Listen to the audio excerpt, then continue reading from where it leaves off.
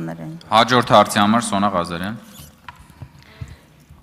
Տիկին Գալստյան, զուգընկերուհի տերմինը թերևս ձեր կողմից ամենաշատ կիրառված բառերից մեկն է, եթե ուզենամ ամփոփեմ ձեր նախորդ գումարման ելույթները, ապա դուք շատ հաճախ օգտագործել եք զուգընկերուհի տերմինը կոնկրետ անձի մասին, թիրախավորելով իր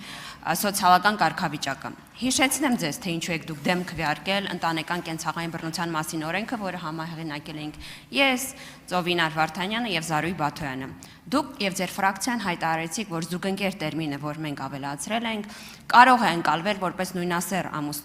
ընկերությունների, զուգընկեր հանդիսացող նույնասեռ զուգընկերների հիմք եւ այսպիսով դուք դեմ եք արտահայտվել։ Ուզում եմ ճշտել, դուք որպես Մարդու իրավունքների հանձնաժողովի նախագահ, արդյոք պատրաստվում եք լինել Հայաստանի Հանրապետության բոլոր քաղաքացիների իրենց սեռական պատկանելության հիմքով խտրական վերաբերմունք չցուցաբերելով հանձնաժողովի նախագահ, որովհետև ես մտավախություն ունեմ, որ այն ամբողջ փաթեթը, որը գրված էր պաշտպանելու կանանց, որովհետև Հայաստանի Հանրապետությունում կանայք են մեծապես ընտանեկան բռնության զոհ դառնում, եւ սա պարզապես բառեր չեն, սա ստատիստիկա է, դուք այդ մի ամբողջ փաթեթին դեմ եք քվեարկել, որովհետև վախեցել եք, որ կարող է Հայաստանում նույնասեռ զույգերը լինեն պետական պաշտպանության ներքո։ Կարող եք ասել, ում Մարդու իրավունքների հանձնաժողովի պաշտպան եք պատրաստվում լինել դուք։ Տիկին Սոնա Ղազարյան, ուրեմն մենք այդ փաթեթին ոչ թե դեմ ենք քվեարկել, այլ չէ, ձեռնպա։ Ձեռնպա։ Ես չգիտեմ, կճշտենք, ես տպավորություն ունեմ, ես չեմ կարող այդ բոլոր մանրամասները հիշել, բայց տպավորություն ունեմ, կճշտենք, որ մենք ձեռնպա ենք քվեարկել։ Հիմա անցնենք առաջ։ Այն, որ ես մարդու իրավունքների պաշտպանության ուղղությամբ այսպես սրված զգացում ունեմ եւ վարք, նաեւ ձեր ընտանիքի պատմությունն է, պատմության մեջ մի դրվագ կա, եւ ձեր մարտի 1-ի դեպքով ձեր սկեսրայրը Արշակ Բանուչյանը նաեւ ազատության մեջ հայտնվեց, որովհետեւ ես լինելով այդ ժամանակ կոալիցիայի անդամ, ես հարգելով մարդու իրավունքները եւ Արշակ Բանուչյանի մշակութային էությունը եւ այլն, իմ միջնորդությամբ հայտնվել է նաեւ ազատության մեջ, այնպես որ ես մարդու իրավունքների նկատմամբ իմ հավատարմությունը եւ նվիրումը ապացուցելու եւ դրա մասին բարձրաձայնելու կարիք չեմ էլ տեսնում։ Եվ ես իմ խոսքը կառուցել էի այն ուրեմն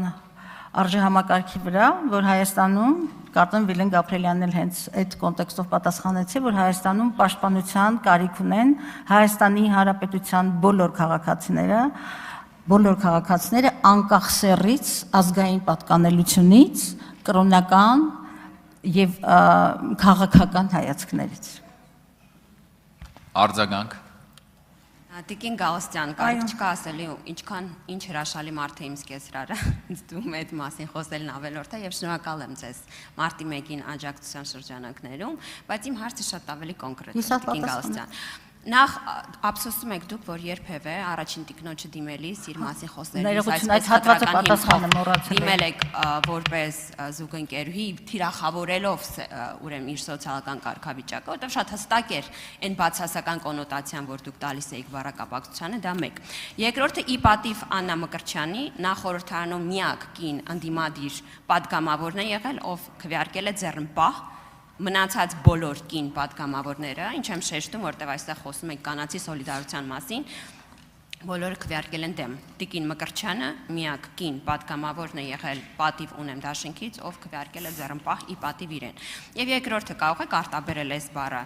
դուք Հայաստանի Հանրապետության բոլոր քաղաքացիների անկախ իրենց սեռական կողմնորոշման պատրաստ եք պաշտպանել, որտեղ ասում ենք անկախ սեռից, բայց այստեղ խնդիրը սեռը չէ, սեռական կողմնորոշումն է։ Ուրեմն ավելացրեք սեռական կողմնորոշում բառը, իսկ ինչ վերաբերում է զուգընկերուհուն, ես զուգընկերուհին մեկ ելույթում եմ օգտագործել եւ շատ լավ հիշում եմ կոնտեքստը վերաբերում էր Հայաստանի Հանրապետության վարչապետի, այ հիմա չգիտեմ ինչ բառով ասել, վարչապետի զուգընկերուհուն, որովհետեւ ընտանեկան օրենսգրքով ընտանիք է համարվում պետական գրանցման ակտերով վավերացված ընտանիքը, ուրեմն ես չէի կարող ընտանիք բառը գործածել այս պարագայում եւ զուգընկերուհին ամենապատշաճ բառն է եւ հետո լրատվամիջոցներում շարունակ ուրեմն այդ կարգավիճակն է նշվում եթե կա ավելի կոռեկտ բառ սահմանում, խնդրում եմ ասեք, բայց բացարձակապես նույնիսկ այդ տեքստում, որը մեկ տեքստ է եղել, ոչ թե թիրախավորվել է որպես